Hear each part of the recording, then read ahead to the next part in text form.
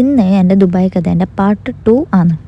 അങ്ങനെ ദുബായിലെത്തി. ഇനി മേജർ കടമ്പാന്നുള്ളത് ജോബിന് അപ്ലൈ ചെയ്യലാണ്. സത്യം പറഞ്ഞാൽ ഇതിനെപ്പറ്റിയൊന്നും എനിക്ക് ഒരു ധാരണയും ഉണ്ടായിട്ടില്ല.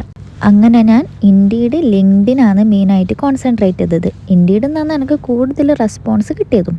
പിന്നെ എന്നോട് എൻ്റെ ഫ്രണ്ട്സ് പറയലുണ്ട്, രാവിലെ അപ്ലൈ ചെയ്യണം, ഉച്ചക്കൊരു വൈകുന്നേരം ഒന്നും അപ്ലൈ ചെയ്തിട്ട് കാര്യമില്ല. ഞാൻ എന്ത് ചെയ്തു, രാവിലെയും ചെയ്യും, ഉച്ചക്കും ചെയ്യും, വൈകുന്നേരം ചെയ്യും. പിന്നെ പ്രത്യേകിച്ച് പറപ്പണിയൊന്നുമില്ലല്ലോ. അങ്ങനെ വന്നിട്ട് 3-ാമത്തെ ദിവസം തന്നെ എനിക്ക് ഇൻ്റർവ്യൂ കിട്ടി. അക്കൗണ്ടൻറ്റിൻ്റെ ഇൻ്റർവ്യൂവിനാണ് പോയിനെങ്കിലും എന്നോട് ചോദിച്ച ക്വസ്റ്റ്യൻ ഫുൾ സെയിൽസിനെ പറ്റിയായിരുന്നു. ആദ്യത്തെ ഇൻ്റർവ്യൂ ആയതുകൊണ്ട് തന്നെ നല്ല പേടിയുണ്ടായിന്. പേടിച്ച പോലെ തന്നെ ഫുൾ കൊളായി എന്ന് പറയും. കാരണം ഞാൻ മാത്രമല്ല, അക്കൗണ്ട്സിന് പോയിട്ട് അവരെന്നോട് ചോദിച്ചത് ഫുൾ സെയിൽസായി പോയി.